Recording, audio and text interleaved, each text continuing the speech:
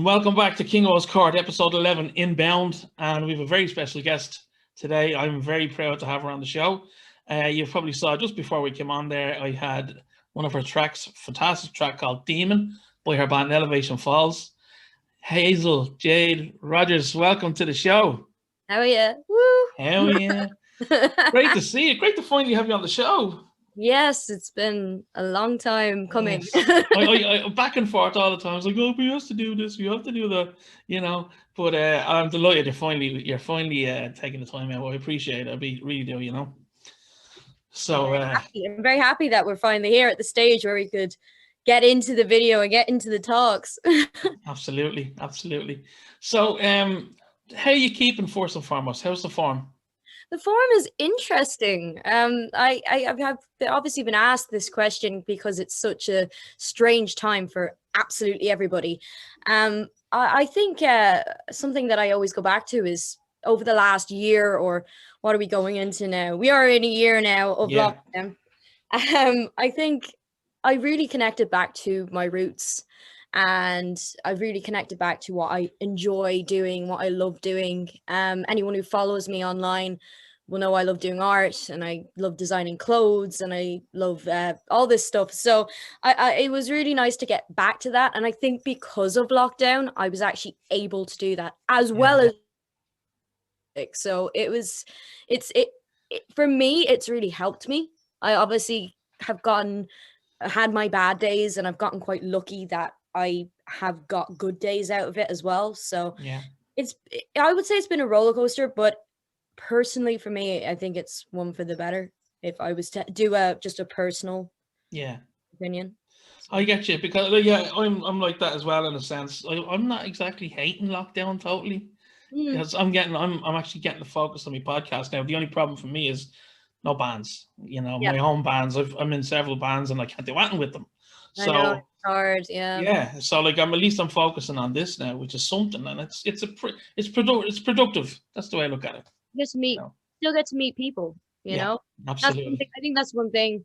Obviously, I've been interacting with a load of other musicians from mostly England because of various developments in my career, and a lot of them are they're missing the social interaction that you get when you're at a gig. It's not just doing the gig itself, but like the people you meet so many different people from different walks of life and different musicians and different tastes of music, you know. And I actually really miss that. And before all of this happened, you didn't really value that as much because you didn't think it was going to be taken away from you. So and something as simple as, like, say, going to Fibbers. Absolutely. You know, we all dying for it now, and all the detractors will be flying into it now, I'd say, when it's back open, like, you know. Yeah, everybody. Like I was lucky enough to hear that in York, the place I'm moving to, there's a place called Fibbers. No way. So I'm like, I actually can't escape Fibbers. No matter where I go to, it's there. I think if you're a Fibbers head, it follows you everywhere. There's one in Galway.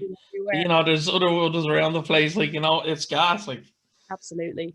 So tell me, Hazel. Why did I say Hazel? I don't know why I said that. Don't worry. People call me Hayes. People call me Hazel Jade. I was going to call you Hey. I don't know what I was going to call you there. Hey. Hey, you. So talk to me about music. What got you into music? Who influences you? Who influences you now? All that kind of stuff. Well, So I started music from an extremely young age. My parents were both into songwriting and producing, and they were writing their own songs and they were producing them. And my family had a recording studio in our household. I was brought up listening to the songs they were recording and producing, and at the age of 3, my dad started teaching me how to play drums, and he got me into a lot of like Queen and the Beatles. Like, he's a mad Beatlemania person. He got me into a lot of that kind of rock genre. And then my mom was getting me into things like David Bowie and like Heart and a lot of brilliant songwriters. So my dad was they're all brilliant songwriters. I think that was the main thing, is that my parents both liked musicians that were very good songwriters and very good at expressing emotions, but then also really good at writing songs that you just want to dance to or headbang, whatever you do. And I think the two of them influenced me a lot. Obviously, then when I got to around the age of 5, my parents wanted me to learn an instrument properly by taking grades in it. So I learned piano. I did piano up until I don't know what age, probably about 10, up to grade 2. Then my mum started teaching me guitar.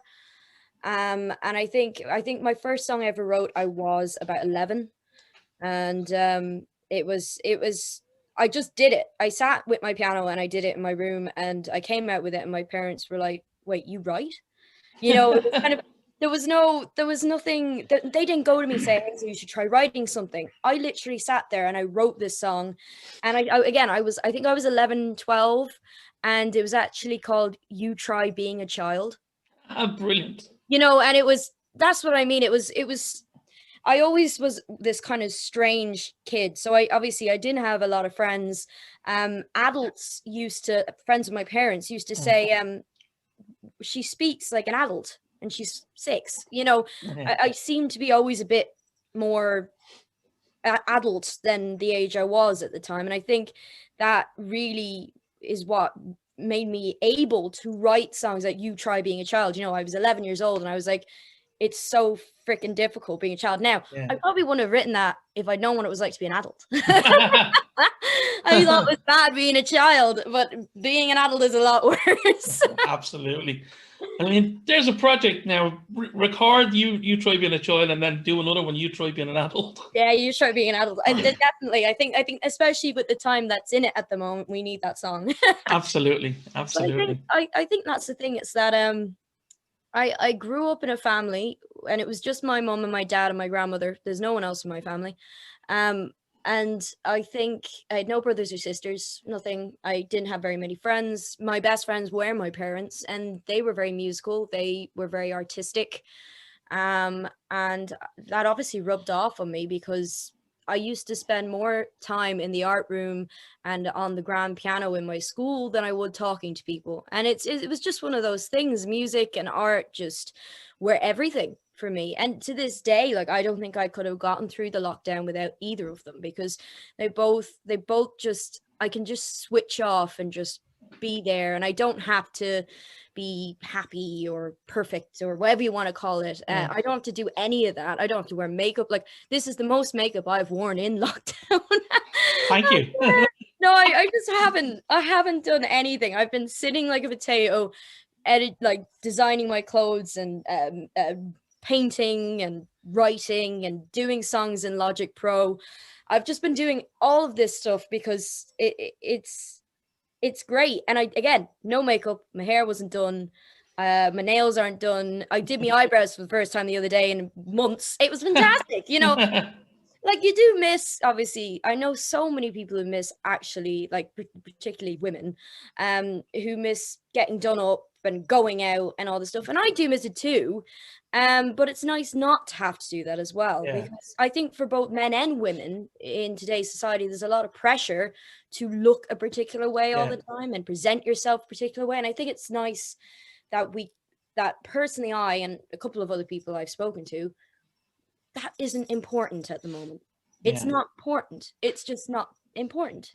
It should never be important, actually, to be honest. I feel, anyway. Well, like, there's no pressure. You know, there is always this natural kind of society pressure to look well and act, like, all that kind of stuff. And you don't need to do that in the lockdown because you're not going out and you're not being places. Like, obviously, being in a band is a particular image that you have to have and all this stuff. And I think the fact that there's no focus on that means you can focus on other things. And I have really enjoyed that. Definitely. But just as going back to where we were, growing up, I think it was just around me. Music was always around me. It was in my blood. It was something that I enjoyed from a very young age, and I continued to grow and write about it. As I said, I was about 11 when I wrote my first song, so it just went from there, you know. Lovely. And did you always want to be in a band situation, or? See, it was that was the thing. So I started writing, as I said, around 11. I had a solo career from 11 up until 15. And during those years, I enjoyed being a solo artist, but I genuinely felt lonely. So I was listening to all of these bands like Guns N' Roses, and I was listening to Queen, and I was listening to off that Motley Crue. You know, I'm listening to all of these bands, and they're not on their own. You know, they've got each other, even though they may fight and hate each other and stop talking. Everything they were groups of people who came together to make this one sound and put it out there. And I think when I was 15, I started really recognizing it. I was hanging out with a load of people in town. I was what at the time was called a banky. One of those that had one eye, and yeah, it was a time and a half. But I was meeting a lot of people at the time that were actually very talented musicians, and I decided, hey, let's try and put a band together and see what happens. And that was how Elevation Falls came along. Brilliant. And the name, where's the name come from? Yeah, I remember this actually. I was sitting at my kitchen table. I think I just turned 16 with a couple of the members at the time, and we were all sitting there writing down things. I think obviously we were all going through our emo phase, and there was, I think, one called Burning Cherub or something. You know, there was all of these types of things, and then we all kind of sat there, obviously being the age we all were, and thought the main thing about life is that it goes up and down. Yeah. It goes up and down. And like, obviously we're not going to call ourselves the roller coasters. It's a good name. It's a great name.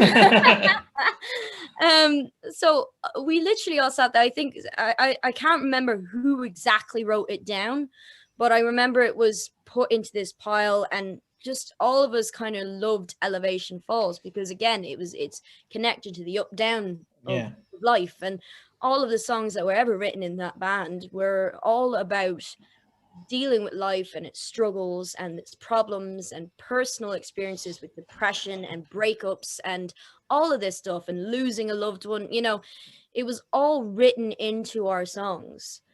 And I think that's why we said, right, we're calling this Elevation Falls, because it makes the most sense. It represents everything we're writing about, and that's life.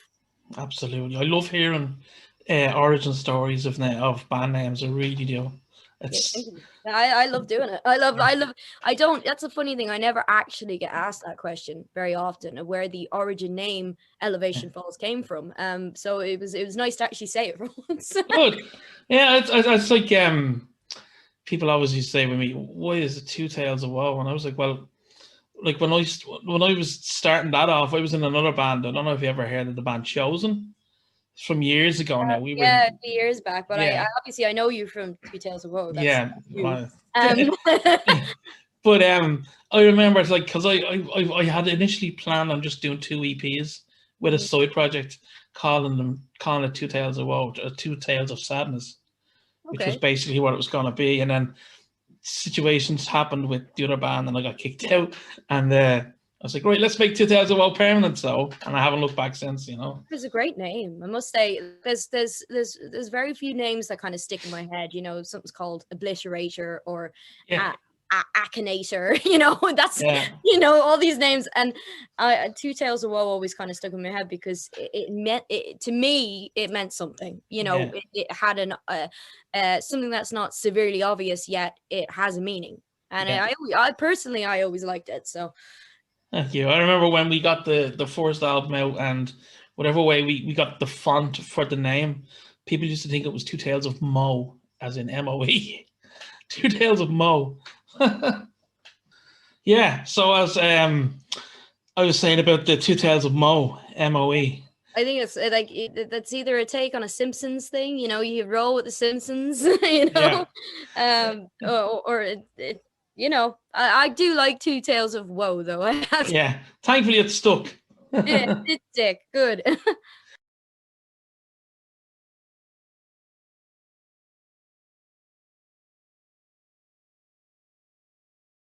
Yeah, we're recording.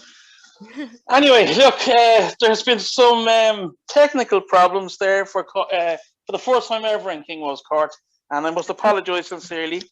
I'm cursing the the court. I know, yeah. The Dark Witch has bad luck is mushed all over it now. Yeah. So apologies to you, Hazel, and anyone listening or watching, whatever. This is going to be some shit show. Bit of editing. Let's get bit of magic. Let's get back to what I was trying to say to you, and that was about your albums. Yeah. So take me back to the albums there. So I did 2 albums with Elevation Falls. The first one was Origins, and the second one was What Will Be. So that What Will Be was the newest one. And I think so Origins was kind of an interesting one. It was kind of made up of loads of songs that were over a period of like 3 years, ones that had already been released and stuff, and were on EPs and stuff. We just decided we're going to shove them all onto one album and release it. And then the second one, there was a lot more put into that. We literally went into a studio. We were in it for about 8 months. I think we went in with maybe 7 or 8 of the songs written, and the rest were written in there. All right. Absolutely prepared. But I think we had 7 odd of them written, and then I think there's 12 on the album. The rest we wrote in there and wrote along the way, and it was really cool being in the setting of being able to sit down and spend the time on an album, saying this is going to be an album, these are the songs for the album, and that's what we're writing. And it was such an amazing experience, I have to say, doing that album. Like, What Will Be was something I was extremely proud of.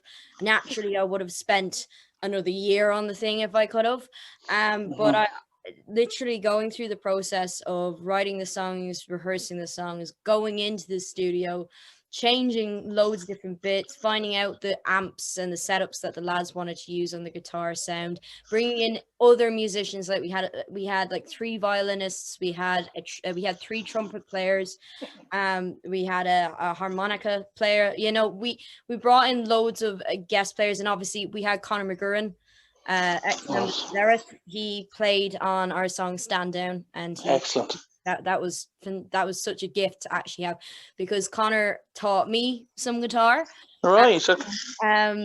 He also taught Chris some guitar as well. So we thought it's fair to get the man that actually shown us how to do it on the actual track. So he's unreal, isn't he? He's unreal. You know, you sit there and you kind of just melt while watching him, you know. Yeah, absolutely. Everybody, we all just sit there and kind of just start slowly, our face dropping. And we're just left there. Oh yeah. Oh, you were lucky to get him on the album, actually. That was very cool to get, like. Yeah, well, he's been a good supporter and a good friend of the band over the years. He filled in for us a couple of times at gigs overseas when another member of ours couldn't make it. You know, he's been severely supportive. As I said, he's also taught. So one of the songs that was written on the album was a song called "Zombie." Right. It's kind of funny. I played the acoustic on that song. And the intro is literally just acoustic. The riff is one that Connor taught me. No way. He taught me how to play the rhythm, and then I put it in a particular place on the guitar, and then I came up with the riff for the song, and that became the song. So he influenced one of the songs. He played on one of the songs. He taught me and Chris how to get a bit better at guitar. So he has every right to be on that album. Absolutely. So we were very thankful. It was a really nice treat, in particular, to have Connor. Deadly. Yeah, it's always nice if you can get someone who you like and respect onto your album, like, you know. Oh, absolutely. And it was obviously he's got his new project, Enigma Division, you know, and we've all been watching that, seeing the bits and bobs coming out all the time, and it's really it's great to see a musician who just does what he wants to do. Yeah, it's absolutely brilliant, and I mean, there's enough of our fantastic Irish musicians trying to, I suppose, pave the way for us all across the pond, and absolutely. You know, and I think it's brilliant. You need to do it. You really do, don't you? Yeah, well, you've got to. I always say, don't try to be different. Just do what you naturally feel.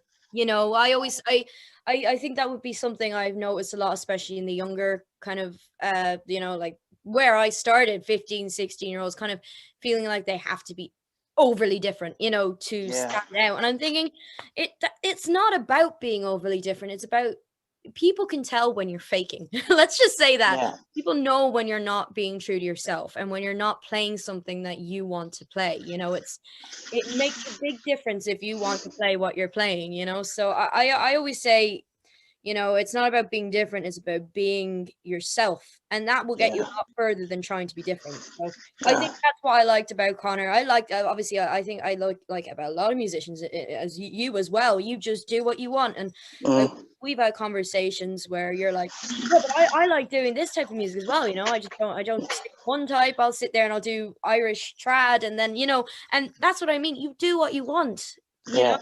I always said Elevation Falls, the kind of inspiration with it a little bit was a bit like Queen sometimes, because people always said that one song would be very heavy rock, the other one would be bluesy, the other one would be pop, the other one would be something else, you know. And that was something that I loved doing in Elevation Falls, because all of us had such influences. Like, I listened to absolutely everything, and I that comes out in the music. Because I'm not one that likes to sit there and say, right, I have to be a hard rock band, that's it. I can only write hard rock songs. You know, I'm going to write what I feel. And I think that, again, is what I go back to, is that's why I would admire people like yourself and Connor, because you do what you want to do in the moment, you know? Absolutely. And I mean, there you go, like-minded people always, you know, gravitate towards each other, you know, I find, you know, so it's, it's good to know that, you know. So you've got your two albums with Elevation Falls, and Elevation Falls kind of goes by the wayside for now. No, that I think that was a tough decision. It was a decision that it wasn't made in any disagreement or anger or problems. There was absolutely no issues in Elevation Falls. We were all fine, and obviously lockdown came, all this stuff happened. And I think the main thing is with the band Elevation Falls is, particularly me and Chris, we always wanted this to be our career. It was always going to be our career. Chris is the guitarist, as you know. The two of us, this is our everything, you know. We want this to be everything. So we will lose jobs over this, you know. We get fired because we don't turn up for work because we've been out all night doing work in the band and doing gigs and meeting new people, blah blah. I have to take 5 days off because I'm playing such and such, you know. And that was the thing, is that the other lads, and they'll happily say this to anyone who asks, is that they have jobs, you know, they have families, they have other commitments that they can't turn down, you know. And I think it was just, if there was a gig that came up and let's say one of them wasn't available to do it, it would be because they have work, you know. It was hard, you know. It was hard. We were obviously, when Elevation Falls was started, we were all like 15 and 16. So the oldest person in the band was Gabriel, and he was 22 at the time, you know, and he's now 30 odd, you know. That's what I mean. It's like, we all started at an age where the most difficult thing we had going for us was school. You know, it wasn't, school was it, you know. None of us had jobs, none of us had any responsibilities. We're all kids, and there was nothing to get in the way. It was literally just, let's stay up on a bender for 4 nights. I've got stuff to do today, I don't care, you know. It was, but I think the problem is I miss all of that. I miss the no responsibility. I miss all of that. But people are still like that. It's just, you have to find the right people for that. And I love the boys that are in the band still, like that we're in Elevation Falls. I still talk to them all the time. We still hang out. They're coming to visit me and Chris in England. You know, there is nothing wrong there. It's just, there's a certain level of commitment you have to have if you want to move from one level to the next. Me and Chris just knew that the lads, it was unfair to the lads to keep having to put pressure on them to do these gigs. They have other stuff, and that's fine. And as I said, me and Chris have now moved on to our new project. So do you want to tell us the name of the new project? So the new band is called Tomorrow Is Lost. Awesome. They are based over in the north of England. So naturally I am moving from Ireland to England, and so is Chris. We're both going that was a very strange turn of events. What ended up happening was we knew this band already. We had played the circuit with them a couple of times, and we'd met them whilst we were in England once or twice. And me and Chris were feeling like, right, we need to do something, we need to move forwards and do something new. And they put up a post saying they were looking for a new singer and guitarist. Now we were like, what the hell? What's going on here? Yeah. So we contact their manager, Dave, and we say to them that me and Chris are both interested in the position. We both do a few tracks, record a couple of their tracks, send them over. They really like it. And then they asked us to come over and do an audition for them. Now, I must say, it is one of the most, this shows how unlucky I am. You know how we're having trouble with the internet? Okay, this is how unlucky I am.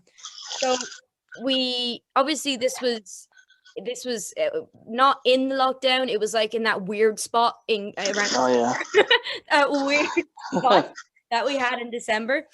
And I got on a flight with Chris to England to do this audition. We were staying there for like 3 days. The moment I hit the tarmac, my throat started feeling a bit not great. So we drive to York. We get there at about 2 a.m. We fall asleep, and I'm still not feeling the best. I wake up the next day, and we're about to go to this audition with this new band, My Possible Future. And I mean, I was delirious. I was delirious. I wasn't sure if I was awake or asleep. I was in severe pain, severe pain. And so Chris walks in and he's like, you're getting up, blah, blah. And he sees me and he's like, she's not getting up. Like, he's never seen me this sick before. And I've known Chris since he was 15 years old, you know. Yeah. He's never seen me this sick before. And I was like, I could do it. It was like the devil trying to speak through me. It was horrendous. Anyway, in the end, I couldn't go to the audition that day. I was way too sick. Chris went and he did his audition. He met all the guys. He said they're all lovely, blah blah blah, fantastic. And I was pumping myself with, like, it sounds like such a rock and roll lifestyle. I was pumping myself with drugs throughout the entire day. Trying to help myself. It was absolutely, I was on the ibuprofen and everything. I was gone. So the next day I wake up and I'm like, right, I have to go. This is my last day I can do an audition with these lads to show that I want to do this and I'm in this. I slap on makeup. I mean, I felt like my bones were inside out, but I got into my clothes, got in the car, drove to the audition place with Chris, and I turned up and they just said, you look so ill. Like, I was sweating. I was really unwell. Anyway, for some reason, I was able to sing the song. I did the audition. They were all like, how the fuck do you sound like this when you are so ill? And I was like, I don't know. At the end of the audition, we had to ring an ambulance. Oh my God. Because my air pipe was closing. I was having trouble breathing. Oh shit. They wouldn't give us an ambulance because we weren't from England. We were coming over. There was something, I wasn't involved in the conversation. I just know if a call was made and I was a bit delirious. Anyway, got brought to York Hospital and I had severe tonsillitis. My airways were closing because they were so swollen. I had polyps all on the back of my throat that were full of pus. It was such a beautiful and what ended up, my temperature was like 39 degrees or something, not 30, whatever it is, 39, whatever it is. And I couldn't get the flight home the next day because of the COVID thing. You can't get on a flight with temperature during the whole COVID pandemic. So I ended up having to stay in York for a week. And that wasn't the end of it. My manager who went over, who obviously is Belinda, my mum, ended up having heart failure. Whilst we were there. Oh my God. So my dad had to come over in the car a week later, collect us and bring us back over on the ferry because we couldn't handle flying because both me and her were so ill, you know. Jesus. And to add, the ferry was like we'd been hit by a gale force wind, you know. It was just like, I know, just all the size, but this is what I mean. It was just one thing after another. But me and Chris got the gig. Somehow we got the gig, and it was like through hell to get it, but we got there. And that's a story I'll always tell now. The way I got into Tomorrow Is Lost is by like absolutely dying, you know. But they probably, I mean, dedication. Oh, that was the main thing they picked up from there. Like, you are bloody dedicated if you're doing this to the point that you have to go to hospital because you've sang too much and your throat's closing up. And I was like, yeah. Well, how could they not say yes? That was really bad if they didn't say yes. Yeah. But anyway, past all of that, like, Tomorrow Is Lost is a great band. As I said, they went through the misfortune of losing their singer and their guitarist for the same reason me and Chris have moved on from Elevation Falls, is that they are seeing it more as a hobby, and they don't have the time to like not be in their jobs and stuff like that. So it was the same reason, and which is a very fair reason. But it was just kind of like a spur of the moment, lucky we're there kind of thing, you know. It wasn't planned or anything. It was just like, oh, okay. sounds like a perfect fit, actually, when you consider the way you're saying it. Like, it really was. Like, Tomorrow Is Lost have a great backing. They're signed to a label. They I think it's a 2-album deal they have with them. They have a number of festivals lined up. I think we're playing Download. We're doing we're meant to be playing Download.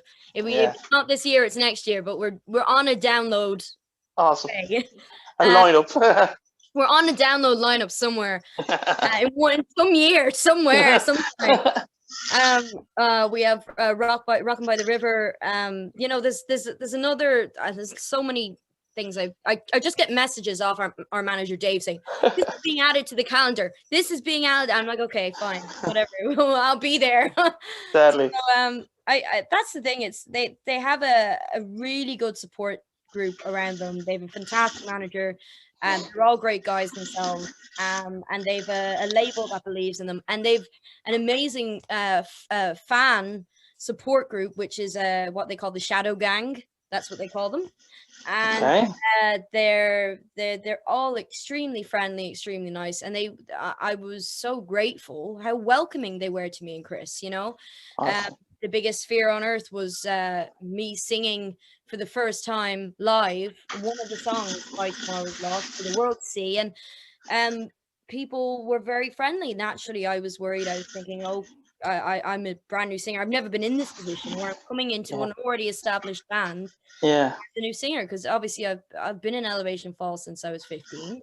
I created that band. You know, I've never been in a band where I'm filling somebody else's shoes, and I was very thankful to the Shadow Gang and obviously the boys in Tomorrow Is Lost for being as welcoming as they have been. And Chris is just as excited to show off, is what I would say. He's getting ready. He's got stuff in the pipeline that none of us are allowed to talk about yet.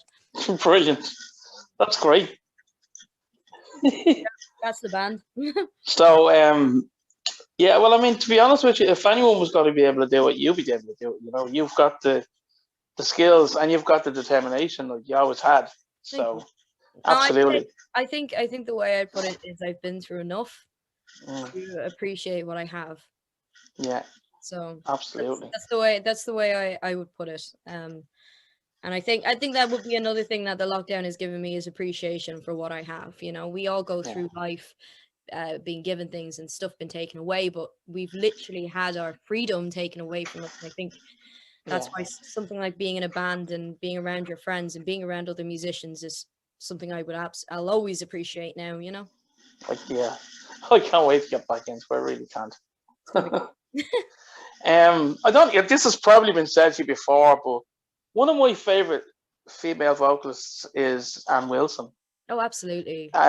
Would she be a big influence on you? Oh, yes. My God. Ann Wilson, like, if you can't just tell by the kind of style of me anyway, the dark eyes and the spiky 80s hair. Yeah, absolutely.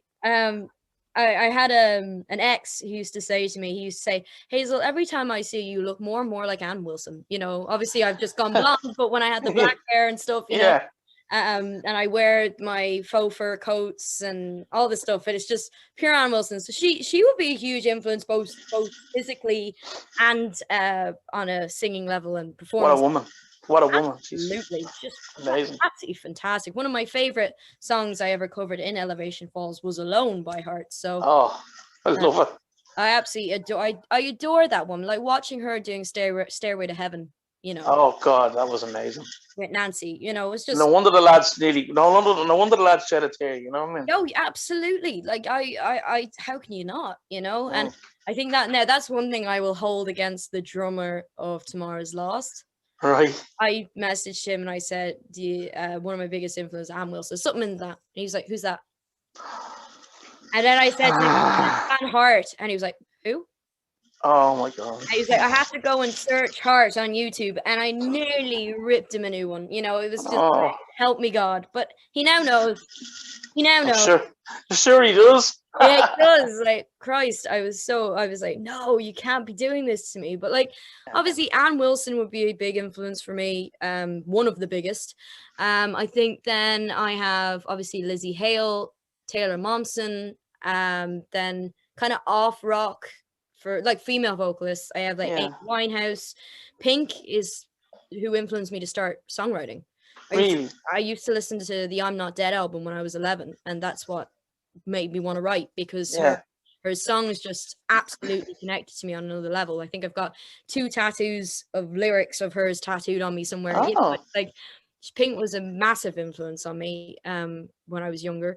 I think like they would be the main kind of female vocalists that have really like taken to me, that I've really been into. But then with male vocalists in general, it's brilliant like frontmen. You know, you've like I mentioned, like you got Axl Rose, you got Freddie Mercury, you've got all these like Miles Kennedy is an absolute amazing singer with Alter Bridge and with Slash. You know, and great. Like it's not a case of strutting around the stage and holding a mic up in a particular position. No. It's not that. It's just a presence. You know, and these are people who have it. And I sit there, I have my movies that I kind of watch on repeat, and like I have the Bohemian Rhapsody movie, obviously, and then one I watch quite frequently at the moment is The Dirt, you know, the Motley Crue. And I freaking love it. The guys who play them are fantastic. They're brilliant. They're absolutely fantastic. So Vince Neil, like, you know, it's just these people who have this presence. I said Ann Wilson has it, Lizzie Hale has it, you know. They don't have to jump around a stage, or they can jump around the stage. They can stand there and they can control a crowd amazingly.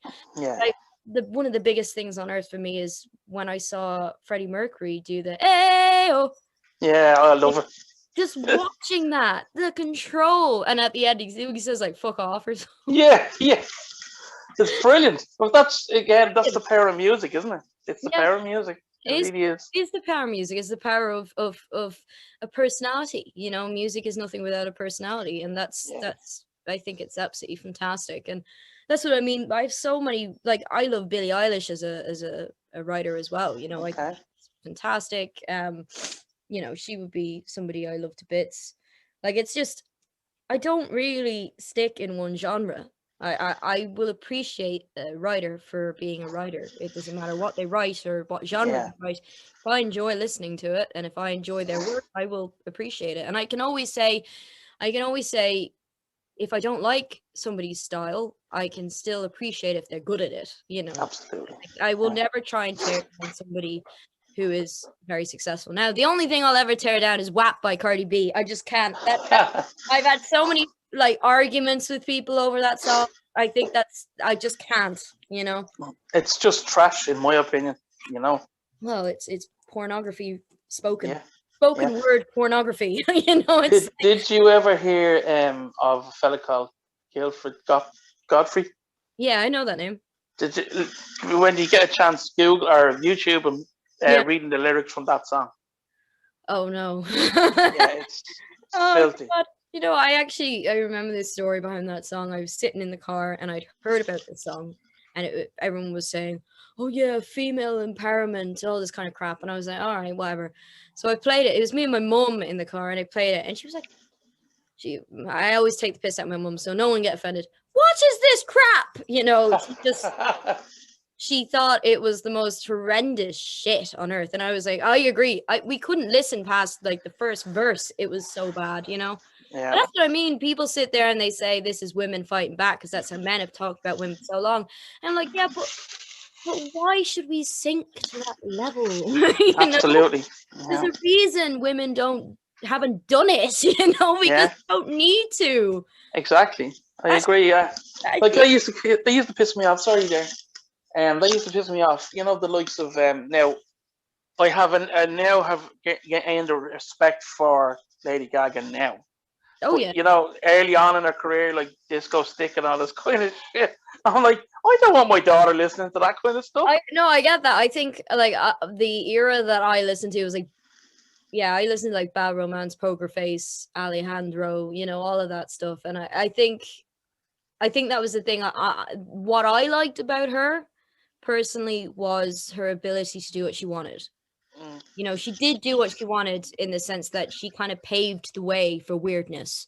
There was nobody really before her that stood out like she did. And yes, she wrote things like Disco Stick and stuff like that. But I mean, I think WAP is a bit more than that. Oh yeah, yeah. I think that's where we go. You just need to stop now. Just stop.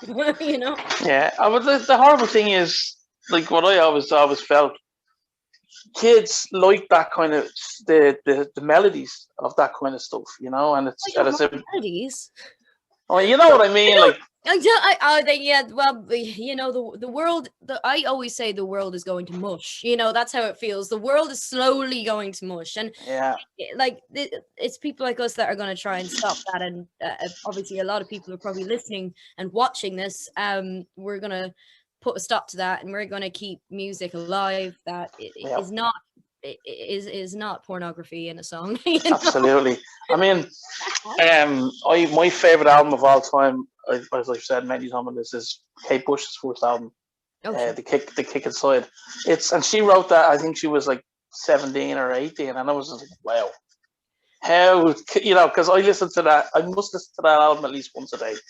Yeah, Kate Bush would be someone else I don't even mention. Like I love like Joni Mitchell. I love Joni Mitchell and Kate Bush would be kind of the two in that area. I think they're big for me.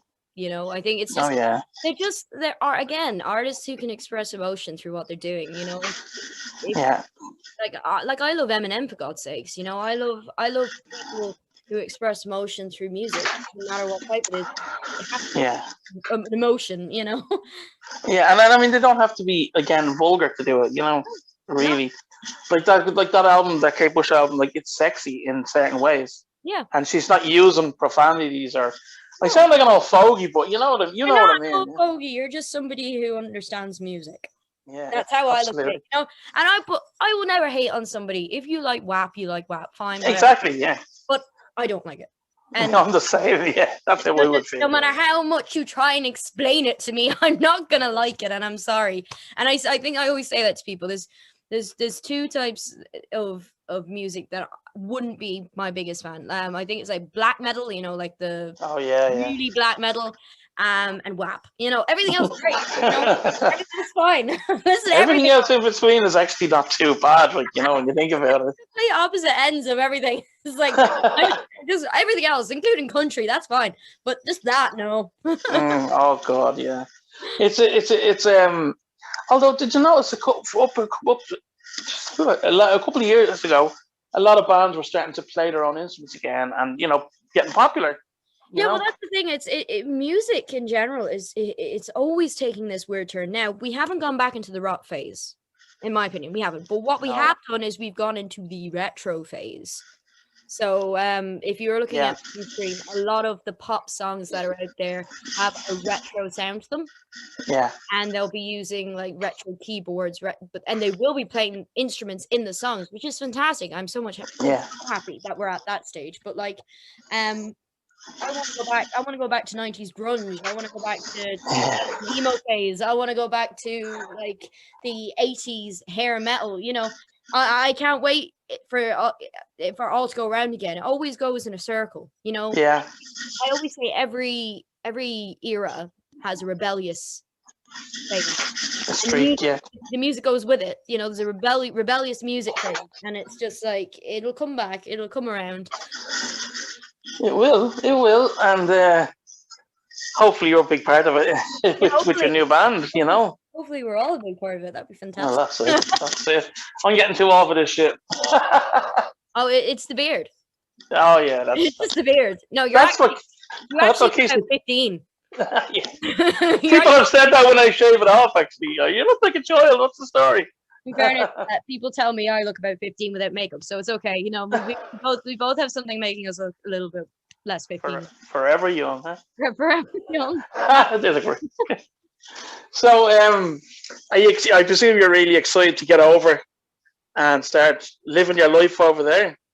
Seriously, I'm so excited. I think I'm. Oh God, my Siri is now turning on. Stop. Thank you. What is it with you? You. I'm just cursed. There we go. Right. Answer your question. I'm excited to go over to York, and I'm excited to live in England. It's the first time in my life I'm going to be living away from my family. It's the first time in my life I'm going to be living on my own.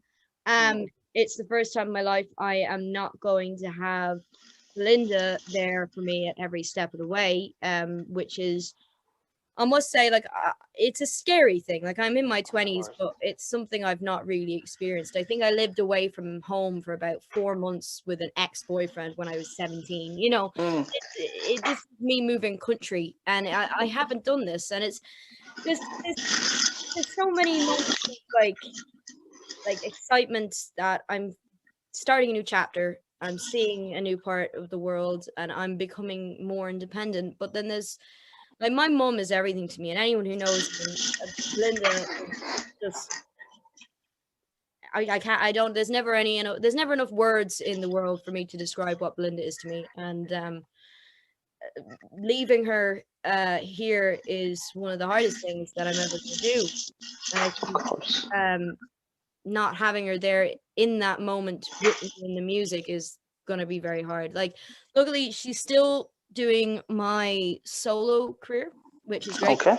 Managing my solo career, so I'll be kind of back and forth from Ireland to England when I get off with Tomorrow's Lost and come over here, and I can work on that. And so I'm really happy she's still doing that, and because I don't think I could actually do music without her, because she's just been such an influence, such a rock, such a, like, in my lowest moment, she's made me keep going. You know, she's the person who inspired me to start writing songs. You know, it's just it's such a strange change, and of course, it's one I'm extremely excited for. It's one she's extremely excited for me for, and Chris is really excited to start a new life and do everything.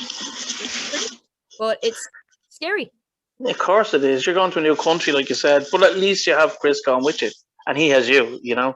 Yeah, Chris is see, this is a funny thing. Just September 2019, both me and Chris and Belinda were going to move to Bristol. Right. And me and Belinda moved over for, I think we were over there a month, and then we had to come back because of family issues, and then we got stuck here because of COVID.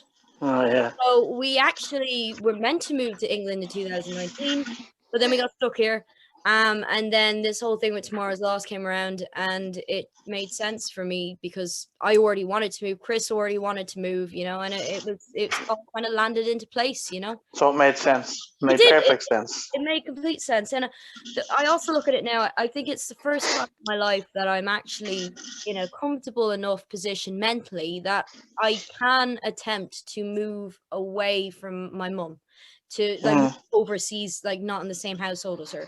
Because like anybody also who knows me, is I've been up and down with mental health throughout my entire life, and it's been something that's been a gift and a curse. Because it's been a gift because it's allowed me to connect so much to my emotions that I can actually write about it and be the musician I am. But it's been one of the most hardest roads I've ever had to take. And again, it's not even over. You know, I'm in a state now where I've had a year to focus on me and what I want and what I like and who I am, how I'm affecting others around me. And I think it's made a huge difference, the year that has been given to me, and that's why I'm in a suitable position where I can actually live, you know. That's really cool to hear, because you know, it's not easy to live with that kind of thing. No, you know, as you know, and it's getting more and more prevalent in people every day.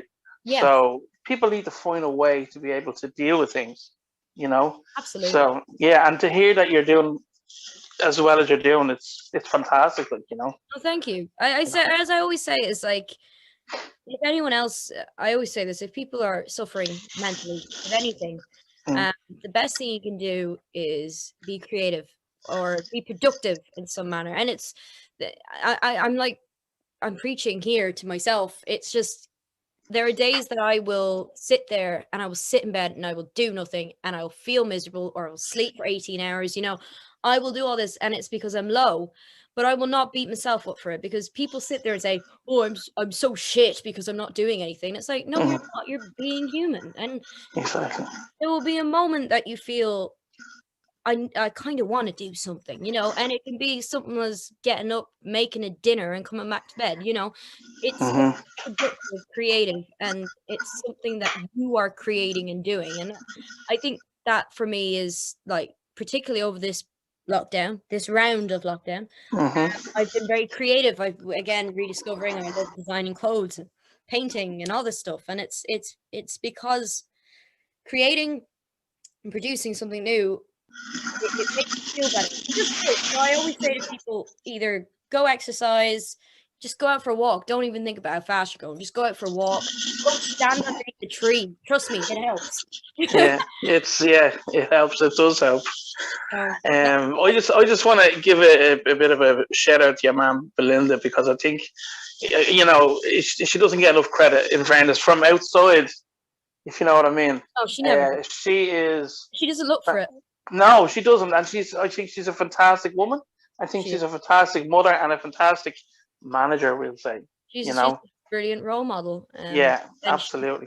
She's been nothing but good to everyone that I've either forced into her life or has fallen into her life. You know, she's one of these weird humans who it's like they're like, she's like the embodiment of a dictionary. She's done absolutely everything. Like, she's lived in Zimbabwe, you know, she's walked through the rainforest, you know, she's done everything. But then she's somebody who you can call a best friend, you can call a mother figure, you can call a sister. You know, you're not sitting there and labeling her as Hazel's mother. You never do that. Yeah. She's not that. She's a band member, she's a manager, she's a friend, she's just, and as you've just said, she never gets any credit. She doesn't ask for it. She doesn't want it. The only thing she's ever wanted is to see the people she's looking after succeed. And it was never a case of my mother wants her daughter to succeed. It was never that. It was never that. She just she wanted me to be happy. But she wanted Chris to be happy. She wanted Gabe to be happy, you know? And like, Chris will say every day that Belinda is like his mom or best friend, you know? And Gabriel will say that any day. Dara would say that, you know? Anyone really who's come through the band and has really gotten close to the members and her knows that she's been severely underappreciated over the years. But she never looks for it, you know. No. And I think she fair play to her, you know. That's to say, I just wanted to give her props because I think she's just done fantastically for you and Elevation Falls, and you know, fair play to her, like, you know. And she's still going. Like, she's had a heart attack, she's had heart failure, she has 4 stents in her heart. Wow. So she's absolutely fought through depression and sad moments, and she's fought for me and for Chris and for like, when anyone has a low moment, they always go to her because she has a way of seeing things that no one else can see, is how I'll say. And I'm not just not saying that as a daughter. I'm saying this as a business partner. I'm saying this as a friend, as a sister, as an employee. You know, she sees things in a way that make it logical for everyone else, but she's still able to be emotional. You know, she's one of I've never met anyone like her, is what I would say. I've met many people in my time who have been fantastic in other ways that I would describe just as elaborately, but she is just a particular type of person that I'm so lucky to have, and anyone who has met her is lucky to know her, in my eyes. In my eyes. Well, no, you're right. I think I met her once or twice, and yeah, you can tell that she's a special personality. Yeah, you know? definitely. Yeah. Anyway, enough about your mammy. Enough about my mammy. Enough about your mammy. She'll be watching and listening to this and think she'll be like, you know. Yeah, Carl, you dope. So we'll move on to the solo stuff. What kind of? I mean, we're going to play one of the songs at the end of the podcast. What one did I say I was going to play? You're going to play Vision. Vision. That's right. See how crap I am at this. Oh no, it's fine. It's fine. Don't worry. I've already cursed this now, so it's all fine. Have. We're gonna electricity is gonna go out in the entirety of Ireland. That's God. You know. So tell me, solo career. Yeah. So as I said earlier, a lot of my music taste is kind of everything. I write how I feel. I love doing the rock music. I love getting up on stage and looking like this and, you know, shouting my lungs out and singing songs inspired by like Steel Panther and all. Fantastic, you know, love it. But I think with my solo stuff, it's more writing my problems down almost, you know, if that makes any sense. Like the rock stuff is writing my problems, but like, I think with the solo stuff, it's like, I'm not writing rock, you know, I'm writing what I feel. And it came to a point, I think it was in the middle of last year, I just couldn't stop writing stuff, but it wasn't stuff that was suitable for Elevation Falls or Mars Lost. It was personal stuff, personal experiences and personal stuff that I wanted to show people what I'd gone through, and how it might help them get through whatever they're going through, you know? Yeah. The idea behind it all is that I am going to be bringing out an album called I, and I meaning me, not EY. And it's because it's literally just me being me.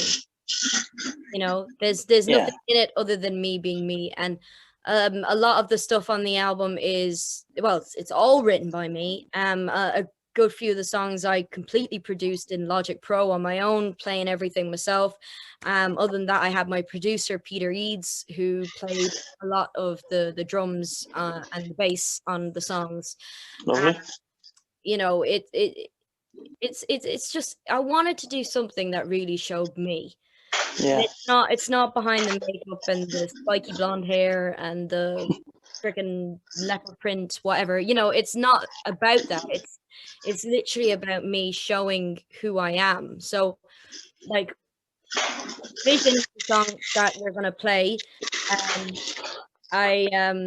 it was the first song that I ever did in Logic Pro last year. Right. And it was very, very simple. It was literally me sitting there. And it was actually, the reason behind it, it was actually written about the guys in the band not being able to understand my mental health problems. Right. So when you have a mental health problem, it's you can't expect somebody to sit there and get it instantly, you know? And the guys used to say, no, they know now, they understand now. Absolutely, they understand all about this now because they've been through it with me. But at the time, it was news to them. And they used to say to me things like, just smile, you know, just get on with your day kind of thing, you know. Yeah. Like, we have problems too, but we forget about them. We keep going, you know. It's like, they weren't saying it to be mean. They just didn't get it, you know. Yeah. Get it. So Vision was written where I feel like I'm doing all these wrong things and it's my fault, and it's because I'm looking through my vision. Yeah. Seeing it through my eyes, doing things through my eyes is dangerous, you know. And that's how it felt. It felt like there's a situation in front of me, I'll react a certain way, which in general isn't right. Yeah. But in my eyes, it was okay. And I would sit there and I'll question myself, why are they having this reaction? I thought I was just being normal, but it's not. It's a triggered reaction because of my diagnosed mental health issues. Yeah. So Vision was a song written from a dark place, a song written from me trying to better understand what the guys were dealing with on their side as well as my own. Yeah. And it was the first time that I had written a song where I'd really got into detail about what I was dealing with, you know. Yeah. Like, see, there's the other way of looking at it too. That it's like there's two sides of me. There's a dark side and there's a light side. And reason I'm explaining this is that I actually put together a kind of mock music video for this on my laptop the other night, and it's the story of it's represented by two girls, and one's got dark hair, one's got blonde hair, and in the end they start dancing together as one. And it's the idea that there's always two sides to me, but they are still the one person, you know. Deadly. It's everything I've written about on this album or the single releases or whatever it is, they're all about struggling with mental health situations, looking back on situations in my past and how they affected me then and how I'm now, you know.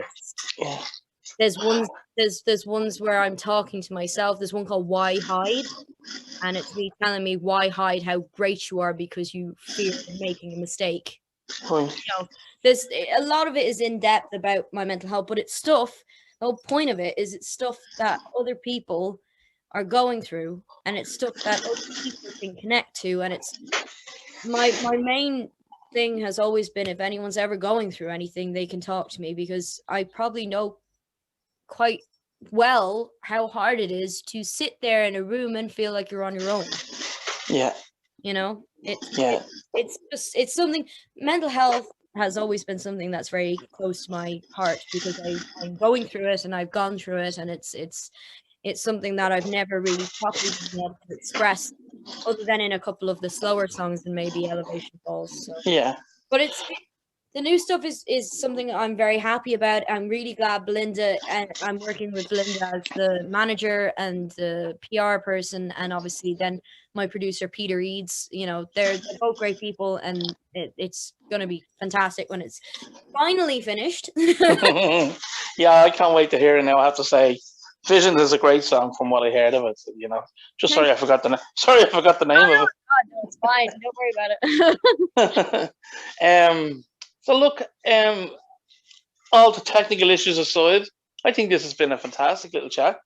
Yeah, no, I've enjoyed it greatly. Like, I have to run off and do a chat with the new band on Zoom. Tell them KingWoes Court said hi. Oh yeah, I will. And I feel like you know yourself, my sleeping pattern has gone to absolute bollocks. So at the moment, I could feel my eyes slowly kind of melting. You know, it's just like they're just melting. But once I've done everything today, I go to sleep. Yeah, go to sleep, exactly. Look, before you go, I always ask another question at the end. Yeah. Your favorite 5 albums, not in any order, okay?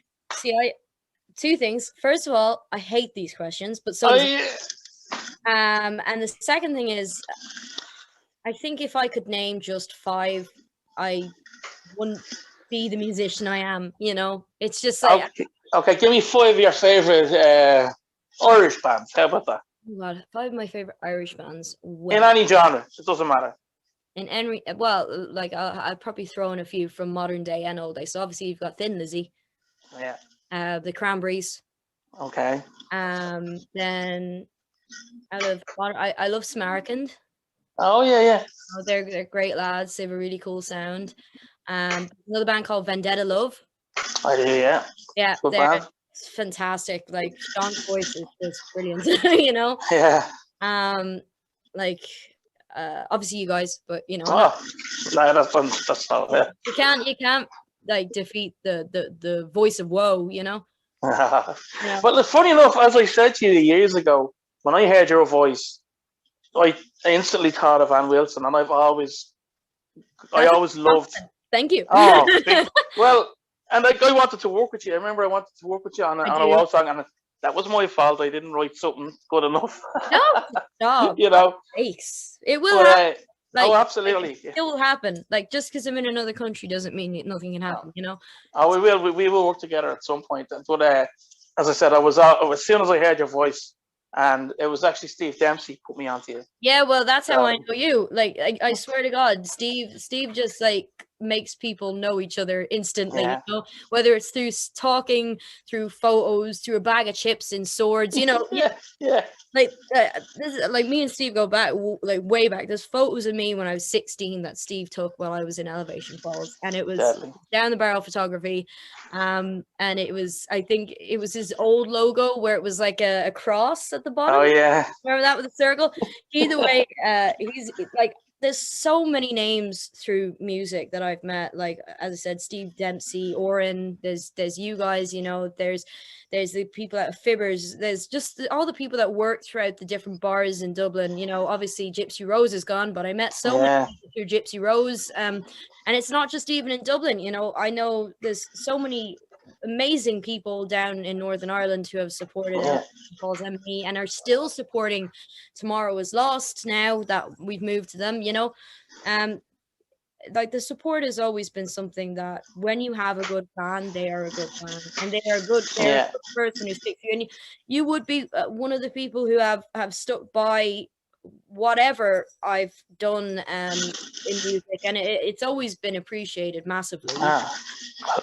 Look, as I said to you, I've always respected your drive, your passion, and of course your talent. Like, you know what I mean? And it makes me feel proud to think you're going ahead and doing more than what is just here. You know what I mean? But if musicians don't have anyone, they have each other. You know, that's the way it should be. And music was always built off that. You know? Yeah, absolutely. Listen, I only hope you do as good as you're gonna. I know you're gonna do as well as you're gonna do.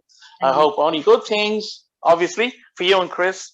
And make sure you pass the good wishes on to Chris. Oh, don't worry. They'll all be hearing about this. So. Well, hopefully I can patch it together, like, you know. Oh yeah, no, don't worry. Everybody who's watching, don't worry. That you know where I'm here and then I'm here, you know, and then like you're here and then you're there, you know. That's meant to happen. Yeah, it's meant to be chaotic for this crazy lady, you know. Hazel, it's been awesome, and thank you very much for coming onto the court. And you got to come back on with Tomorrow Is Lost. When, with the rest of us. Absolutely. Yeah, I'll get them on the Zooms. Yeah, on the Zooms. Okay, listen, guys, we're gonna get out of here. This is KingWoes court. Getting out of here and letting this lovely lady go and get some sleep. Please. Thank you, Hazel. Thanks so much.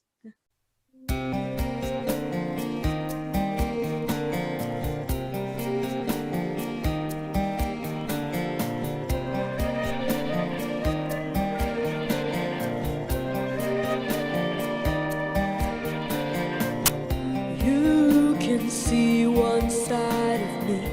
Cages blind your pretty eyes. My poison only helps me sleep. This creeping lack of certainty, tiptoe behind these heavy walls. If only I could still believe. I am broken, I've been sinking with my vision, I'm not safe. Cloud my process, hills of ocean. With my vision, I'm not safe.